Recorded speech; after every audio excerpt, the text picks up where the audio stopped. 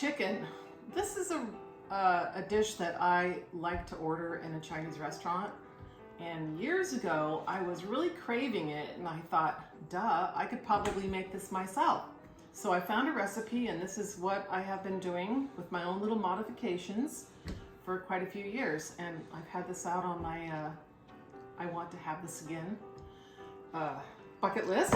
So that's what we're gonna do today. So here's all of our ingredients that we're gonna need. You can see we're gonna use tamari instead of soy sauce, some rice vinegar, sesame oil, pepper flakes, some green onion, carrots, peanuts, garlic, ginger, a pound of chicken. I'll give you the exact measurements as I do this. So first thing we're going to start with is the chicken. Now what we're going to do is put chicken in a bowl. Oh, I forgot to get a spoon. Slimy stuff. And we're going to add some cornstarch to this because we're going to fry it up. So a tablespoon of, oh yeah, so this is thigh meat. You can use breast if you prefer, but we are big fans of thigh, so that's what we're going to use. So I'm going to put a tablespoon of cornstarch in this. Kind of stir it around. Just like this, just to give it a nice little light coating. Okay, just like that. So let's just let that sit there for a second. And we're going to come over to the stove here. If you have a wok, that'd be fun. But we don't have a wok. This is the closest thing to a wok. So I'm going to put a little bit of sesame oil in here. Now, this recipe calls for light sesame oil, but this happens to be the only thing that we have. So, you know, when you're cooking, you just work with what you've got. So I'm going to let that heat up a little bit. I need a thing here. Let's do this first. So that looked like it was toasted sesame oil. Yeah, so I've got toasted. You got toasted? Toasted, I did get toasted. Toasted sesame oil. Which has a little more flavor than... Yeah, which is fine, you know, like make the recipe your own. Do the things that make it your own. So this has got a nice little bit of stuff on here. It's gonna heat up fast. We use circulon. This is one of our last set of circulon that I really like. It's got a nice heavy bottom to it, so it gets nice and heated and keeps it even. So we'll put this in here, a gooey mess. And I've cut that into, you know, little chunks. You know, I like when they say 1-inch chunks and you're like, sure, how do I measure this little weird random piece? But we're gonna... Get your tape measure. Yeah, it's so funny. Just little bite-sized pieces. So we're gonna let that, you know, come to a heat that it starts to cook. And we cook this for about 5 to 7 minutes until it's mostly done, because this is a pretty fast cooking thing. Everything just cooks for a short bit of time, but you want your meat to be done. There it goes. I've got some rice cooking over here, so we're going to serve this with rice. And, you know, I could be cooking up some other vegetable for a side, but I'm going to put some carrots in here. So I don't really care about a side dish. There it's going. All right, we'll come back after this is browned for a little bit. I thought you were gonna like tell jokes for 7 Tell minutes. I can't think of any jokes. Okay, so it looks like the chicken is it's cooked. I want it to be, it doesn't take very long for this little bit of chicken to cook, but you want it to be cooked through, that's for sure. So I'm just gonna dump this onto a plate right now. Trying to keep a little bit of the oily, juicy stuff in there.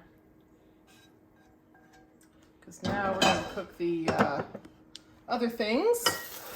Whoa, I'm gonna turn it off for a second. So, we have to do, where is it? Over here. Ginger and garlic. So we've got here quite a bit of garlic, but as you know, when it says 2 cloves, they mean 6 or whatever. So this is our little garlic mincer. Probably put too much in there.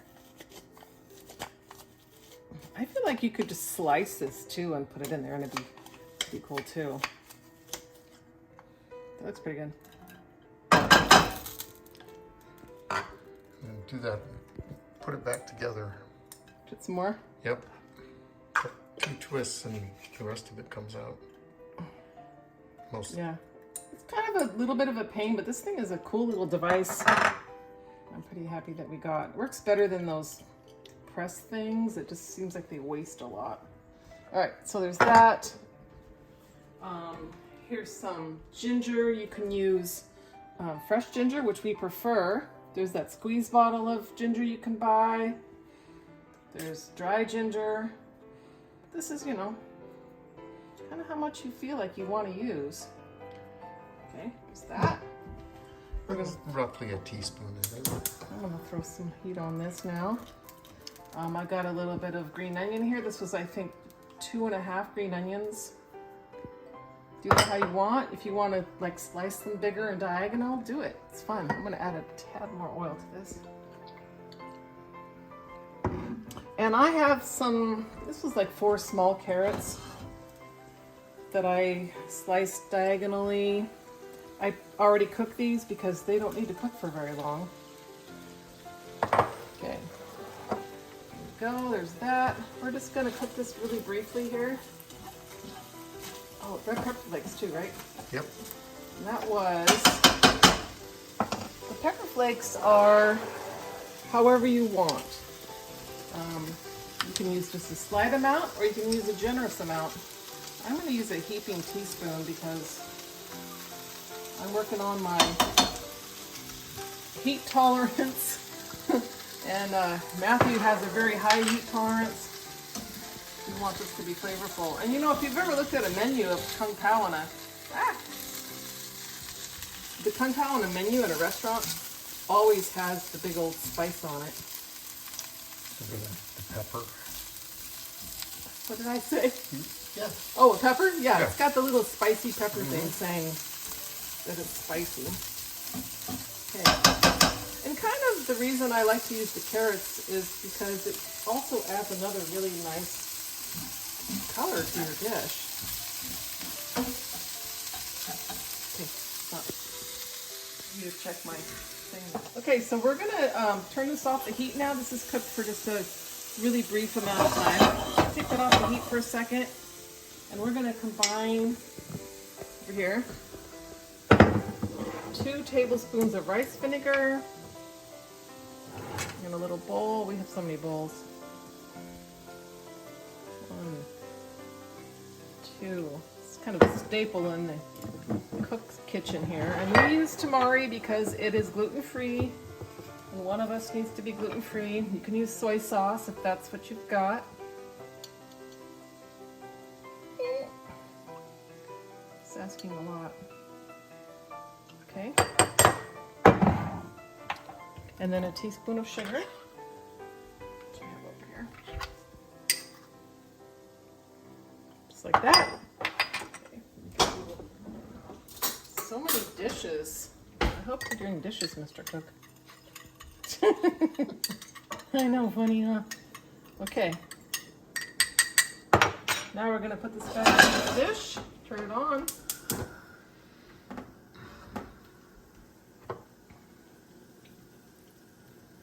Sugar needs to come out of there. That's an important ingredient. So we're gonna put that in there. Whew, whew, that vinegar got me. Okay, now I'm gonna throw the chicken back in here and let these flavors kind of marry. You know, if you want to add celery, I think that's often an ingredient in kung pao at a restaurant. You could do this with shrimp if you prefer.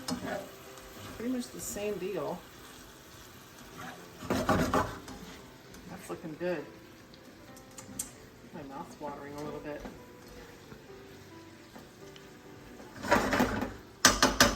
And then, one more thing. Where'd it go? Right here. 1/3 of a cup of peanuts. These I think are salted. No. They're not? Okay. It says, you know, the recipe I've always used says unsalted, but salted has worked okay too. Those are raw. Oh, like it's raw? Okay, that's fine. This had that nice little bit of crunch to it. Looks like it used something more green. I thought about putting broccoli in it this time, but it'll be fine. Okay, there we go. So we're just gonna pause now until we make sure our rice is cooked. We'll come back to that. Okay, so here's our dish. We've got a shadow here, but this is our Kung Pao chicken. You can add whatever you want to make it however you want it to be. That makes sense, right? So I'm gonna dish up. I've got some basmati rice here. That's my favorite, or jasmine. I'm not sure which we have where. Also really good if you make cauliflower rice. I think we have that in a video somewhere. We do. So I'm gonna just dish this up for one of our plates. There's this, some of this. Just think about how much cheaper this. I mean, I love supporting our local restaurants, but not everyone can do that all the time. So I'm just gonna do a generous portion of this on here. There we go. Look at that. So I'm gonna try a bite of this because that's what we're supposed to do. I'm excited.